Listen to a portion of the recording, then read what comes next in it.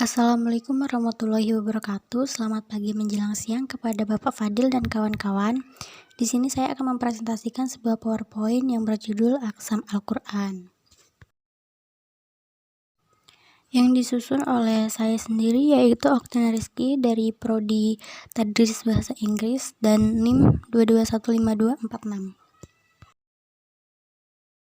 Baiklah, di sini poin pertama yang akan kita bahas yaitu pengertian Aqsam Al-Quran. Jadi, pengertian dari Aqsam Al-Quran adalah ilmu yang membicarakan tentang sumpah-sumpah yang terdapat di dalam Al-Quran. Contohnya tuh kayak yang biasa ada di ayat-ayat suci Al-Quran, kan ada biasanya tuh di situ dibilang demi masa sesungguhnya manusia tuh dalam kerugian. Nah, itu salah satu contoh kalimat sumpah di dalam Al-Quran. Baiklah, kita akan masuk ke dalam poin yang kedua, yaitu sejarah perkembangan dari Aqsam Al-Quran. Nah, jadi yang pertama yaitu pada saat Rasulullah Shallallahu Alaihi Wasallam ingin menyampaikan Al-Quran kepada umatnya.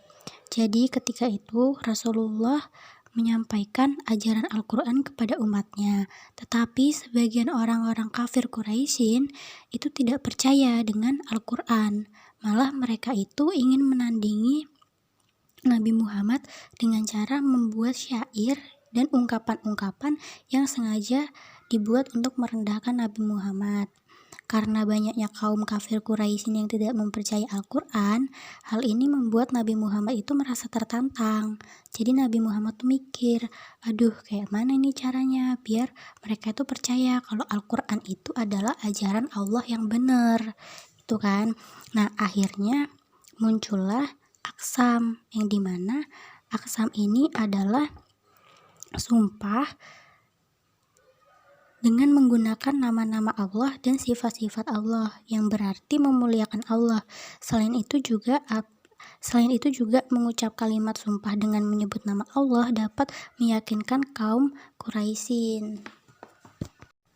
Lalu perkembangannya hingga saat ini yaitu Aqsam banyak digunakan oleh para ulama, para ustadz, dan lain-lain untuk meyakinkan umat muslim bahwa petunjuk yang benar adalah Al-Quran. Dengan hal tersebut diharapkan agar banyak generasi-generasi muda tidak melanggar aturan Tuhan ataupun terjerumus ke dalam larangan-larangan Tuhan. Oke, kita masuk ke slide yang keempat, yaitu penggunaan Aqsam. Jadi, penggunaan Aqsam adalah untuk menyatakan kebenaran dalam Al-Quran yang diberikan oleh Allah Subhanahu wa Ta'ala kepada Nabi Muhammad. Nah, contohnya itu dalam surat Al-A'raf ayat 49 yang berbunyi, Bismillahirrahmanirrahim. Ahan illallazina aqsamu layana lahumuallahu birahmah udhulul janata la khaufu alaihim wala antum tahzanun, yang artinya itukah orang-orang yang telah bersumpah bahwa mereka akan mendapatkan rahmat Allah. Masuklah mereka ke surga, jangan takut dan jangan bersedih. Nah, maksudnya adalah jika kita percaya pada sumpah-sumpah ataupun percaya pada kebenaran Al-Quran, maka Allah akan memasukkan kita ke surga. Jadi jangan takut, jangan khawatir, dan juga jangan bersedih hati. Selanjutnya yang akan kita bahas yaitu tentang unsur-unsur Aqsam dan ungkapannya. Nah, unsur yang pertama kali akan kita bahas yaitu fi'il. Fi'il adalah Aqsam yang sering digunakan dalam percakapannya dan bentuknya sangat singkat atau ringkas. Nah, biasanya fi'il qasam dihilangkan dan diganti dengan ba, ataupun juga biasanya diganti dengan wawu. Contohnya, walaili iza yafsah, yang artinya demi malam apabila menutupi siang. Nah, biasanya diganti dengan ta. Contohnya, wa tallahi la akidana asnamakum.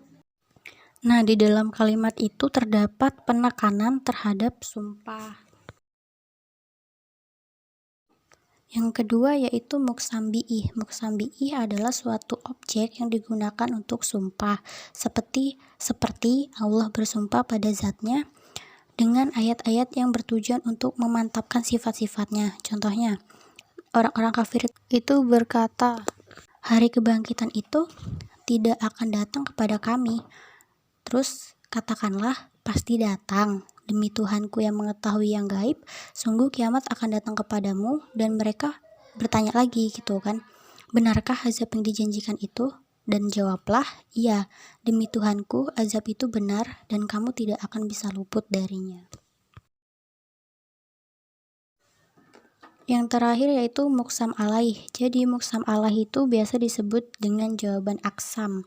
Nah, Muhammad Al-Mukhtar Al-Salami itu menjelaskan kalau orang-orang Arab biasanya berbicara itu membuang kalimat jawaban al-aksam secara lengkap dan juga kadang sebagian saja. Contohnya seperti ayat di sebelah kanan yaitu Qur'ana suyirat bihil jibalu au kutiyat bihil ardu au kulima bihil mauta balilahil amru jami'an walau ana, yang artinya, dan sekiranya ada kitab suci yang dengan itu gunung-gunung dapat diguncangkan atau bumi jadi terbelah atau orang-orang yang sudah mati dapat berbicara, itulah Al-Quran. Sebenarnya segala urusan itu milik Allah. Dan materi yang terakhir yang akan saya bahas ialah faedah mempelajari ilmu aksam Al-Quran. Nah, faedahnya itu ada 3 ya. Yang pertama, untuk memperkuat pembicaraan agar dipercaya oleh pendengarnya.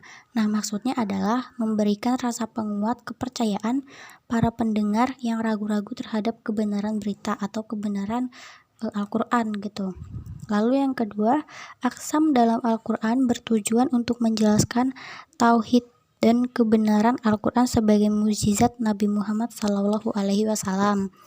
Nah, yang terakhir, aksam dalam Al-Quran merupakan sumber berbagai macam pengetahuan.